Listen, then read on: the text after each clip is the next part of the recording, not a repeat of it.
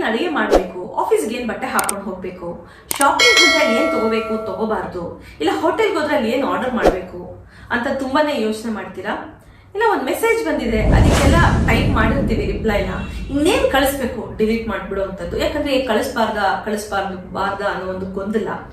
ಇಲ್ಲ ಅಂತಂದ್ರೆ ಇವತ್ತು ಸೋಷಿಯಲ್ ಮೀಡಿಯಾದಲ್ಲಿ ಒಂದು ಪೋಸ್ಟ್ ಮಾಡ್ಬೇಕಾ ಬೇಡವಾ, ಯಾರು ಏನ್ ಅನ್ಕೊಳ್ತಾರೆ, ಇದು ಸರಿನಾ ತಪ್ಪಾ ಅಂತ ತುಂಬಾನೇ ಯೋಚನೆ ಮಾಡುವಂತದ್ದು.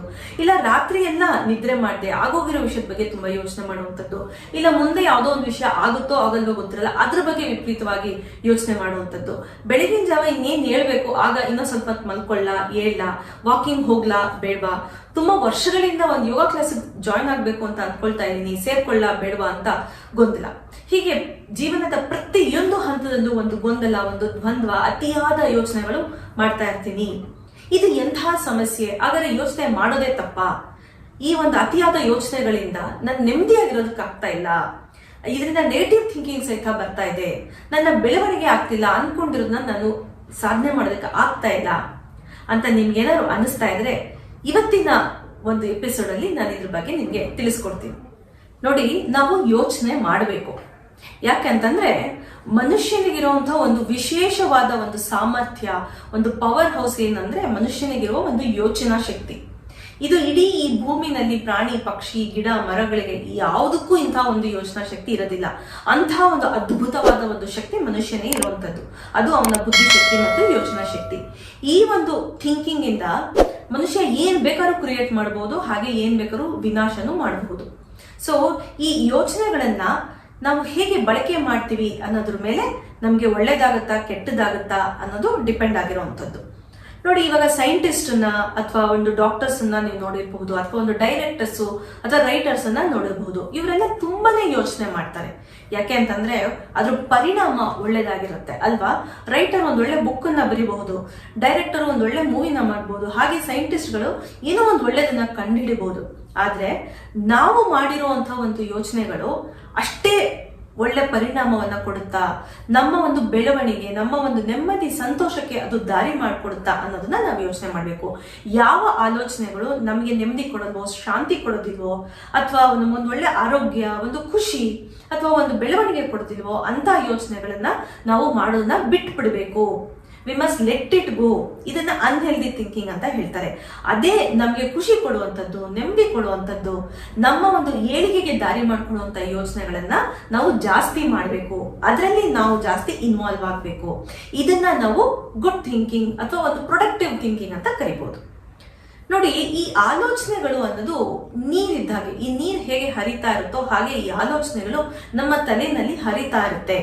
ನೋಡಿ, ಒಂದು ನದಿ ನೀರಾಗಿರ್ಬೋದು, ಒಂದು ಜಲಪಾತದ ನೀರಾಗಿರ್ಬೋದು, ಅದನ್ನ ನಾವು ತಡಿಲಿಲ್ಲ ಅಂದ್ರೆ ಅದು ಹರ್ಕೊಂಡೋಗಿ ತನ್ಪಾಡಿ ತಾನು ಸಮುದ್ರಕ್ಕೆ ಸೇರ್ಕೊಳ್ಳುವಂಥದ್ದು ಅಲ್ವಾ. ನಾವೇನ್ ಮಾಡ್ತೀವಿ, ಒಂದು ಡ್ಯಾಮ್ ಅಂತ ಅಂದ್ರೆ ಒಂದು ಅಣೆಕಟ್ಟನ್ನ ಕಟ್ಟಿ ಅದನ್ನ ಸ್ಟೋರ್ ಮಾಡ್ತೀವಿ. ಸ್ಟೋರ್ ಮಾಡಿ ನಮ್ಗೆ ಹೇಗ್ ಬೇಕೋ ಹಾಗೆ, ಯಾವಾಗ ಬೇಕೋ ಹಾಗೆ ಅದನ್ನ ಆ ನೀರನ್ನ ಬಳಕೆ ಮಾಡ್ಕೊಳ್ತೀವಿ, ಒಂದು ಉಪಯೋಗ ಆಗುತ್ತೆ. ಹಾಗೇನೆ ಈ ಆಲೋಚನೆಗಳು, ಕೆಟ್ಟದ್ದು ಒಳ್ಳೇದು ಸರಿ ತಪ್ಪು ಎಲ್ಲ ಆಲೋಚನೆಗಳು ನಮ್ಮ ತಲೆನಲ್ಲಿ ನೀರ್ ಹರಿಯೋ ತರ ಹರಿತಾ ಇರುತ್ತೆ. ಅದಕ್ಕೆ ನಾವು ಒಂದು ಡ್ಯಾಮ್ ತರ ಕಟ್ಟಿ ಅದನ್ನ ನಿಯಂತ್ರಿಸ್ಬೇಕು. ಅದನ್ನ ನಿಯಂತ್ರಿಸಿ ನಮಗೆ ಒಳ್ಳೇದಾಗೋ ತರ ಅದನ್ನ ಉಪಯೋಗಿಸ್ಕೋಬೇಕು. ಇದು ಹೇಗೆ ಸಾಧ್ಯ ಅನ್ನೋದನ್ನ ನಾನು ನಿಮಗೆ ತಿಳಿಸ್ಕೊಡ್ತೀನಿ. ಇದಕ್ಕಿಂತ ಮುಂಚೆ ಈ ಒಂದು ಓವರ್ ಥಿಂಕಿಂಗ್ ಅಂತ ನಾವೇನ್ ಹೇಳ್ತಾ ಇದೀವಿ, ಅತಿಯಾದ ಯೋಚನೆಗಳು ಯಾಕೆ ಬರುತ್ತೆ ಅನ್ನೋದನ್ನ ತಿಳ್ಕೊಳ್ಳೋಣ. ನೋಡಿ, ಫಸ್ಟ್ ಆಲೋಚನೆಗಳೇನು, ಯೋಚನೆ ಏನು, ಇದ್ರ ಮಧ್ಯೆ ಇರುವಂತ ಒಂದು ವ್ಯತ್ಯಾಸವನ್ನ ತಿಳ್ಕೊಳ್ಳೋಣ. ಆಲೋಚನೆಗಳು ಅಂತಂದ್ರೆ ನಾನು ಆಗ್ಲೇ ಹೇಳ್ದಂಗೆ ಇದೊಂಥರ ನೀರ್ ಹರಿತಾ ಇರುವಾಗೆ ನಮ್ಮ ತಲೆನಲ್ಲಿ ಹರಿತಾ ಇರುತ್ತೆ. ಇದನ್ನ ನಾವು ನಿಲ್ಸೋದಕ್ಕಾಗೋದಿಲ್ಲ ಯಾವುದೇ ಕಾರಣಕ್ಕೂ. ಎಲ್ಲಾ ತರ ಆಲೋಚನೆಗಳು ಬರ್ತಾ ಇರುತ್ತೆ. ಆದ್ರೆ ಈ ಆಲೋಚನೆಗಳಿಗೆ ನಾವೇನ್ ಮಾಡ್ತೀವಿ, ಪ್ರತಿಕ್ರಿಯೆ ಕೊಡ್ತೀವಿ, ಒಂದು ರೆಸ್ಪಾನ್ಸ್ ಕೊಡ್ತೀವಿ. ಆ ರೆಸ್ಪಾನ್ಸ್ ಕೊಟ್ಟು ಅದನ್ನ ಯೋಚನೆ ಮಾಡ್ಕೊಂಡು ಹೋಗ್ತೀವಿ. ಇದನ್ನ ನಾವು ನಿಯಂತ್ರಿಸಬಹುದು. ಫಾರ್ ಎಕ್ಸಾಂಪಲ್, ಇವತ್ತು ನನಗೆ ಯಾರೋ ಒಬ್ರು ಹೇಳಿದ್ರು ಆಫೀಸಲ್ಲಿ, ನೀನು ಚೆನ್ನಾಗಿ ಕಾಣ್ತಾ ಇಲ್ಲ, ಈ ತರ ನೀ ಡ್ರೆಸ್ ಮಾಡಬಾರ್ದಿತ್ತು, ಈ ಕಲರ್ ನಿಂಗೆ ಸೂಟ್ ಆಗಲ್ಲ ಅಂತ ಹೇಳಿದ್ರು. ನಾನು ತುಂಬಾ ಖುಷಿಯಾಗಿ ಅದನ್ನ ಚೂಸ್ ಮಾಡ್ಕೊಂಡು ಇದೇನೇ ಹಾಕೊಂಡು ಹೋಗೋಣ, ಎಲ್ಲರೂ ನನ್ನ ಹೊಗಳ್ತಾರೆ ಅನ್ನೋ ಒಂದು ಎಕ್ಸ್ಪೆಕ್ಟೇಷನ್ ಇಟ್ಕೊಂಡು ಹೋಗಿದ್ದೆ. ಹೊರಂಗ ಅಂದ ತಕ್ಷಣ ನನ್ಗೆ ಏನಿಸ್ತು, ಹೆಂಗ್ ಹೇಳ್ಬಿಟ್ರು ನೋಡು, ನನ್ನ ಟೈಮ್ ಎಲ್ಲ ವೇಸ್ಟ್ ಆಯ್ತು, ಎಷ್ಟು ನಾನು ಆಸೆ ಇಟ್ಕೊಂಡು ಈ ತರ ಡ್ರೆಸ್ ಮಾಡ್ಕೊಂಡ್ ಬಂದಿದ್ದೆ, ಯಾರೂ ಹೊಗಳಿಲ್ಲ, ಇವ್ರು ಬೇರೆ ಹೀಗೆ ಅನ್ಬಿಟ್ರು ಅಂತ ನಮ್ಗೆ ಮೂಡ್ ಆಫ್ ಆಗುತ್ತೆ. ನನ್ನ ಕೆಲಸ ಎಲ್ಲ ಹಾಳಾಯ್ತು, ಇವತ್ತು ನನ್ನ ಮೂಡ್ ಹಾಳಾಯ್ತು, ನಾನು ಇವತ್ತು ಖುಷಿಯಾಗಿರೋದಕ್ಕಾಗೋದಿಲ್ಲ, ನಾನು ಇನ್ಮೇಲೆ ಈ ಥರ ಯಾವತ್ತೂ ಡ್ರೆಸ್ ಮಾಡೋದಿಲ್ಲ, ಅವ್ರ ಜೊತೆ ನಾನು ಮಾತ್ರಲ್ಲ ಹೀಗೆ ಅಂದ್ಬಿಟ್ರು ಅಂತ ಹೇಳಿ ನಾವು ತಲೆ ಕೆಡಿಸ್ಕೊಳ್ಳುವಂಥದ್ದು. ನೋಡಿ, ಅವ್ರು ಹಂಗೆ ಅಂದಿದ್ದಕ್ಕೆ ನಮ್ಗೊಂದು ಆಲೋಚನೆ ಬಂತು, ಈಗ ಅನ್ಬಾರ್ದಿತ್ತು, ಅವ್ರು ನನಗೆ ಬೇಜಾರಾಯ್ತು ಅನ್ನೋದು ಸಹಜ. ಅದನ್ನ ನಾವು ನಿಲ್ಸಕ್ ಆಗೋದಿಲ್ಲ. ಆದ್ರೆ ಅದಕ್ಕೆ ನಾವು ಎಷ್ಟು ಪ್ರತಿಕ್ರಿಯೆ ಕೊಟ್ರಿ, ಎಷ್ಟು ಯೋಚನೆ ಮಾಡ್ಕೊಂಡು ಹೋದ್ವಿ, ಅದನ್ನ ಎಷ್ಟು ಮೆಲುಕು ಹಾಕಿದ್ವಿ, ಇಡೀ ದಿವಸ ಅದ್ರ ಬಗ್ಗೆನೇ ಯೋಚನೆ ಮಾಡ್ಕೊಂಡು ಹೋದ್ವಿ, ಅದ್ರ ತಕ್ಕ ಹಾಗೆ ಒಂದಿಷ್ಟು ನಿರ್ಧಾರಗಳನ್ನು ತಗೊಂಡ್ಬಿಟ್ವಿ ಆ ಒಂದು ಮೊಮೆಂಟ್ ಅಲ್ಲಿ. ಇನ್ಮೇಲೆ ನಾವು ಹೀಗೆ ಡ್ರೆಸ್ ಮಾಡಬಾರ್ದು, ಏನು ಎಕ್ಸ್ಪೆಕ್ಟ್ ಮಾಡಬಾರ್ದು ಅಂತೆಲ್ಲ. ಇದನ್ನ ನಾವು ತಡಿಬೇಕು. ಇದನ್ನೇ ನಾವು ಓವರ್ ಥಿಂಕಿಂಗ್ ಅಂತ ಕರೆಯೋದು. ನೋಡಿದ್ರ, ಒಂದು ಚಿಕ್ಕ ಒಂದು ಆಲೋಚನೆ ಹೇಗೆ ಓವರ್ ಥಿಂಕಿಂಗ್ ಆಗಿ ಬದಲಾವಣೆ ಆಯ್ತು ಅನ್ನೋದನ್ನ ನಾನು ನಿಮಗೆ ತಿಳಿಸ್ಕೊಟ್ಟೆ. ಹಾಗಾದ್ರೆ ಓವರ್ ಥಿಂಕಿಂಗ್ ಹೇಗೆ ಬರೋದು ಅನ್ನೋದನ್ನ ಇವಾಗ ತಿಳ್ಕೊಳ್ಳೋಣ. ನೋಡಿ, ಮೊದಲನೇದು ನಾವು ಏನ್ ಮಾಡ್ಬೇಕು ಅಂತಂದ್ರೆ, we should focus on the solutions, not on the problems. ಅಂದ್ರೆ ನಾವು ಪರಿಹಾರದ ಕಡೆ ನಮ್ಮ ಗಮನವನ್ನ ಹರಿಸ್ಬೇಕೇ ಹೊರತು ಸಮಸ್ಯೆ ಕಡೆ ಹರಿಸಬಾರ್ದು. ನಾವು ತುಂಬಾ ಸಲ ಏನ್ ಮಾಡ್ತೀವಿ ಅಂದ್ರೆ, ಏನೋ ಒಂದು ಸಮಸ್ಯೆ ಇದೆ, ನಮ್ಗೇನೋ ಒಂದು ಕಾಡ್ತಾ ಇದೆ ಅಂದಾಗ ಏನ್ ಕಾಡ್ತಾ ಇದೆ ಅನ್ನೋದ್ರ ಬಗ್ಗೆನೇ ಯೋಚನೆ ಮಾಡ್ತಾ ಇರ್ತೀವಿ, ಚಿಂತೆ ಮಾತಾಡ್ತೀವಿ, ಅದ್ರ ಬಗ್ಗೆನೇ ಮಾತಾಡ್ತಾ ಇರ್ತೀವಿ, ಎಲ್ಲರ ಹತ್ರನೂ ತಲೆ ಕೆಡಿಸ್ಕೊಂಡು ಕೂತ್ಕೊಂಡ್ಬಿಡ್ತೀವಿ. ಆದ್ರೆ ಪರಿಹಾರ ಏನು, ಹೇಗೆ ಆ ಸಮಸ್ಯೆನ ನಾವು ಬಗೆಹರಿಸ್ಬೇಕು ಅನ್ನೋದ್ರ ಬಗ್ಗೆ ನಾವು ಗಮನ ಹರಿಸೋದಿಲ್ಲ. ಸಮಸ್ಯೆ ಕಡೆ ಗಮನ ಹರಿಸಿದಾಗ ಏನಾಗುತ್ತೆ, ಸಮಸ್ಯೆ ಜಾಸ್ತಿ ಆಗ್ತಾ ಹೋಗುತ್ತೆ. ಅದನ್ನೇ ಓವರ್ ಥಿಂಕಿಂಗ್ ಅಂತ ಹೇಳೋದು. ಆದ್ರೆ ನಮ್ಮ ಗಮನವನ್ನ ನಾವು ಪರಿಹಾರದ ಕಡೆ ನಾವು ಹರಿಸ್ಬಿಟ್ರೆ ಸಮಸ್ಯೆಗಳಿಗೆ ಪರಿಹಾರನೂ ಸಿಗುತ್ತೆ. ಓವರ್ ಥಿಂಕಿಂಗ್ ಅನ್ನ ನಾವು ಅವಾಯ್ಡ್ ಮಾಡ್ಬೋದು. ನಮಗಾಗುವಂತ ಎಕ್ಸ್ಟ್ರಾ ಟೆನ್ಷನ್, ಆ ಒಂದು ಸ್ಟ್ರೆಸ್, ಆಂಗ್ಸೈಟಿ ಎಲ್ಲವನ್ನು ಕಡಿಮೆ ಮಾಡ್ಬೋದು. ಸೊ ಈ ಕಾರಣಕ್ಕೆ let's focus on the solutions. ಅಲ್ಲಿ ಪರಿಹಾರನೇ ಇಲ್ವಾ, ಅಂತ ಒಂದು ದೊಡ್ಡ ಸಮಸ್ಯೆ ನಂಗೆ ಕಾಡ್ತಾ ಇದೆಯಾ, ಆಯ್ತು, ಆ ಸಮಸ್ಯೆಯನ್ನ ನಾನು ಹೇಗೆ ಒಪ್ಕೊಂಡು ಅದನ್ನ ನಿಭಾಯಿಸೋದನ್ನ ಕಲಿಬೇಕು. ಎಂಥ ಸಮಸ್ಯೆ ಇದ್ರೆ ನಾವು ಬದುಕಲೇಬೇಕು ಅಲ್ವಾ. ನಾವು ಬದುಕಲ್ಲ ಅಂತಂತೂ ನಾವು ಹೇಳೋದಕ್ಕಾಗೋದಿಲ್ಲ, ಬದುಕಲೇಬೇಕು. ಆ ಬದುಕನ್ನ ನಾವು ಒಂದು ನೆಮ್ಮದಿಯಿಂದ ಶಾಂತಿಯಿಂದ ಬದುಕೋದನ್ನ ಕಲಿಬೇಕು.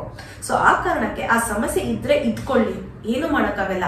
ಆದ್ರೆ ಆ ಸಮಸ್ಯೆ ಜೊತೆಗೆ ನಾನು ಬಾಳ್ಬೇಕು ಅಂತಂದ್ರೆ ಹೇಗೆ ಅದನ್ನ ನಿಭಾಯಿಸ್ಬೇಕು ಅನ್ನೋದನ್ನ ಕಲ್ತ್ಕೊಂಡು ನಾವು ಬದುಕೋದನ್ನ ಪ್ರಾರಂಭ ಮಾಡಬೇಕು. ಹೀಗೆ ಸಮಸ್ಯೆ ಕಡೆ ನಮ್ಮ ಗಮನವನ್ನು ಹರಿಸದೆ ಸೊಲ್ಯೂಷನ್ ಕಡೆ ನಮ್ಮ ಗಮನವನ್ನು ಹರಿಸ್ಕೊಂಡು ನಾವು ನಮ್ಮ ಓವರ್ ಥಿಂಕಿಂಗ್ ಅನ್ನ ಕಡಿಮೆ ಮಾಡ್ಕೋಬೇಕು.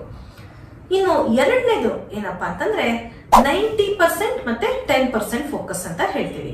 ಏನಿದೆ ಅಂದ್ರೆ 90% ಫೋಕಸ್ ನಮ್ ಕಡೆ ಇರಬೇಕು, 10% ಫೋಕಸ್ ಹೊರಗಡೆ ಇರುವಂತ ಒಂದು ಜನಗಳಾಗಿರ್ಬೋದು, ಪರಿಸ್ಥಿತಿಗಳ ಕಡೆ ಇರಬೇಕು, ಅಥವಾ ಒಂದು ಪರಿಣಾಮದ ಕಡೆ ಇರಬೇಕು.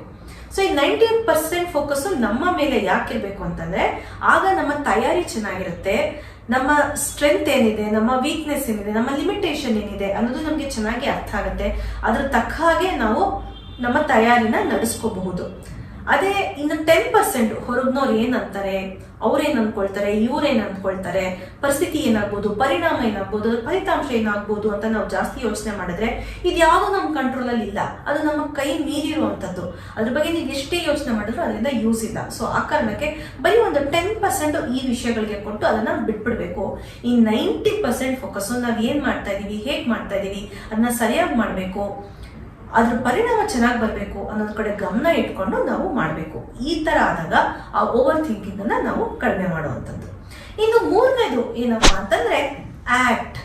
ಎಷ್ಟೊಂದ್ಸಲಿ ಏನಾಗತ್ತೆ ಅಂದ್ರೆ, ನಾವೇನೋ ಮಾಡ್ಬೇಕು ಅಂತ ಅನ್ಕೊಂಡಿರ್ತೀವಿ, ಒಂದು ಗುರಿ ಹಾಕೊಂಡಿರ್ತೀವಿ, ಆದ್ರೆ ಅದನ್ನ ಪ್ರಾರಂಭ ಮಾಡೋದಕ್ಕಾಗ್ಲಿ ಅದನ್ನ ಮುನ್ನಡೆಸ್ಕೊಳ್ಳೋದಕ್ಕಾಗ್ಲಿ ನಮ್ಗೆ ಆಗ್ತಾ ಇರೋದಿಲ್ಲ. ಇದನ್ನೇ ನಾವು ಪ್ರೊಕ್ರಾಸ್ಟಿನೇಷನ್ ಅಂತ ಕರೆಯುವಂಥದ್ದು. ಅಂದ್ರೆ ಒಂದು ವಿಳಂಬ ಪ್ರಕೃತಿ. ನಾಳೆ ಮಾಡೋಣ, ಆಮೇಲೆ ಮಾಡೋಣ, ಇದೇನೋ ಸರಿ ಇಲ್ಲ, ಅದಕ್ಕೆ ಕಾಯ್ತಾ ಇದ್ದೀನಿ, ಆಮೇಲೆ ಮಾಡೋಣ, ಇಲ್ಲ ಏನ್ ಮಾಡ್ಬೇಕು ಅಂತ ಯೋಚನೆ ಮಾಡ್ತಾ ಇದ್ದೀನಿ, ಹೀಗೆ ಒಂದು ಎಕ್ಸ್ಕ್ಯೂಸ್ ತಗೊಂಡು ಅದನ್ನ ಮುಂದೂಡ್ತಾ ಹೋಗೋದು.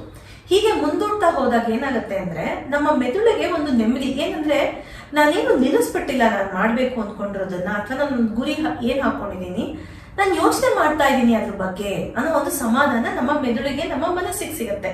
ಆದ್ರೆ ನಾವೇನ್ ಮಾಡ್ತಾ ಇದೀವಿ, ಇನ್ ರಿಯಾಲಿಟಿ ನಾವೇನೂ ಮಾಡ್ತಿಲ್ಲ, ಆಕ್ಷನ್ಸ್ ಇಲ್ಲ, ಬರೀ ಯೋಚನೆ ಮಾಡ್ತಾ ಇದೀವಿ. ಈ ಓವರ್ ಥಿಂಕಿಂಗ್ ಏನಾಗ್ತಿದೆ ಅಂದ್ರೆ, ನಾವು ಮಾಡ್ಬೇಕಾಗಿರುವಂತ ಕೆಲಸ ಕಾರ್ಯಗಳು ಮುಂದೂಡ್ತಾ ಇದೆ, ಟೈಮ್ ಸರಿಯಾಗಿ ಆಗ್ತಾ ಇಲ್ಲ, ಟೈಮ್ ವೇಸ್ಟ್ ಮಾಡ್ತಾ ಇರ್ತೀವಿ. ಸೊ ಈ ಒಂದು ವಿಷಯವನ್ನ ನಾವು ಗಮನದಲ್ಲಿ ಇಟ್ಟುಕೊಂಡಿರ್ಬೇಕು. ನಾನು ಬರೀ ಯೋಚನೆ ಮಾಡ್ತಾ ಇದ್ದೀನ, ಯಾಕೆ ಯೋಚನೆ ಮಾಡ್ತಾ ಇದ್ದೀನಿ, ಯಾಕೆ ನಾನು ಅದನ್ನ ಕಾರ್ಯರೂಪಕ್ಕೆ ತರ್ತಾ ಇಲ್ಲ, why am I not acting on it, why am I only thinking and wasting time ಅಂತ ನಮ್ಮನ್ನ ನಾವೇ ಕ್ವೆಶ್ಚನ್ ಮಾಡ್ಕೋಬೇಕು. ಆಗ ನಮಗೆ ಉತ್ತರ ಸಿಗತ್ತೆ. ಹೌದು, ನಾನು ಯೋಚನೆ ಮಾಡಿದ್ದು ಸಾಕು, ಅದೇನ್ ಪರಿಣಾಮ ಆಗುತ್ತೋ ಅದನ್ನ ಎದುರಿಸೋಣ, ಮೊದಲು ಪ್ರಾರಂಭ ಮಾಡೋಣ, ಲೆಟ್ ಮಿ ಆಕ್ಟ್, ಇವತ್ತು ಈ ಕ್ಷಣಕ್ಕೆ ನಾನು ಸ್ಟಾರ್ಟ್ ಮಾಡಬೇಕು, ತಪ್ಪಾದ್ರೂ ಪರವಾಗಿಲ್ಲ, ಮತ್ತೆ ಅದನ್ನ ಕರೆಕ್ಟ್ ಮಾಡ್ಕೊಳ್ಳೋಣ, ತಿದ್ಕೊಂಡು ಮತ್ತೆ ಸರಿ ಮಾಡ್ಕೊಳ್ಳೋಣ, ಸ್ಟಾರ್ಟ್ ಮಾಡೋಣ ಅನ್ನೋ ಒಂದು ಕನ್ಕ್ಲೂಷನ್ಗೆ ಬರಬೇಕು.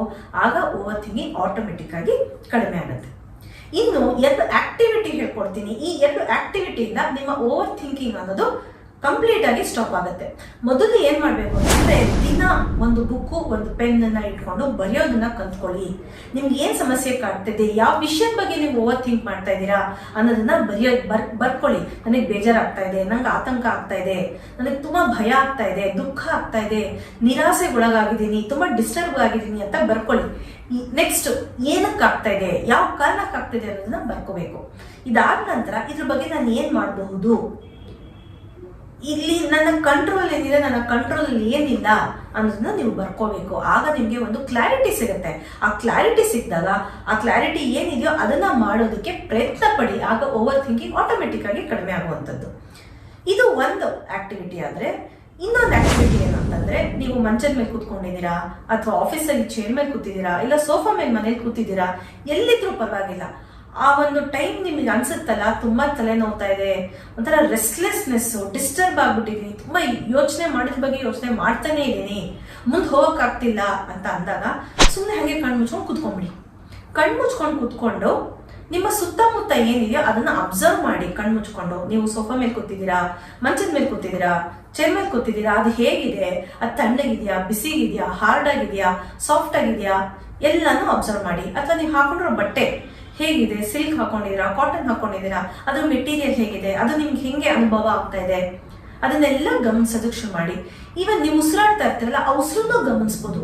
ಹೇಗೆ ಆ ಉಸಿರು ಬಿಸಿ ಬಿಸಿ ಇದೆಯಾ, ತಣ್ಣಗಿದೆಯಾ, ಅದನ್ನು ಅಬ್ಸರ್ವ್ ಮಾಡಿ. ಆಮೇಲೆ ಹೊರಗಿಂದ ಗಾಳಿ ಬರ್ತಾ ಇರತ್ತೆ, ಅಥವಾ ಫ್ಯಾನ್ ಗಾಳಿನೂ ಆಗಿರ್ಬೋದು, ಕಿಟಕಿ ಗಾಳಿನೂ ಆಗಿರ್ಬೋದು, ಆ ಗಾಳಿ ಹೇಗಿದೆ, ಪ್ರತಿಯೊಂದನ್ನು ಅಬ್ಸರ್ವ್ ಮಾಡ್ಕೊಂಡು ಬನ್ನಿ.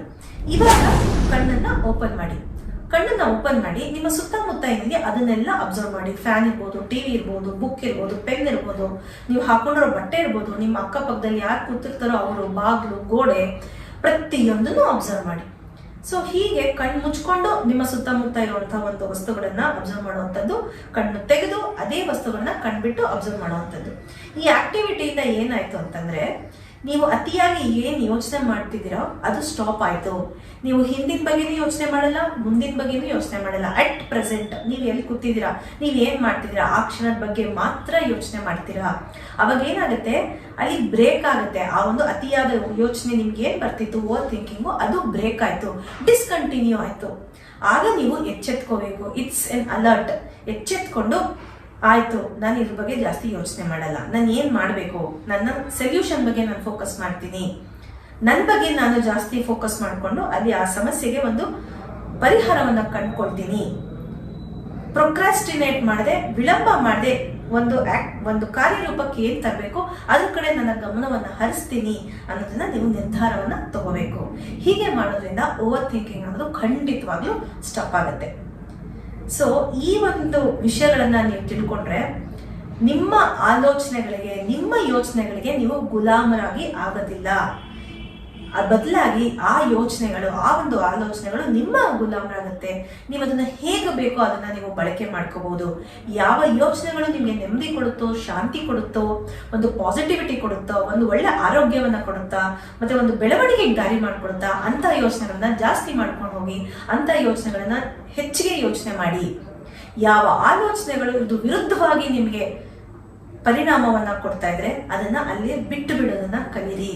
ಲೆಟ್ ಇಟ್ ಗೋ ಅಂತ ಹೇಳ್ತಾ ಇವತ್ತಿನ ಈ ಒಂದು ಸಂಚಿಕೆಯನ್ನ ಮುಗಿಸ್ತಾ ಇದ್ದೀನಿ. Thank you.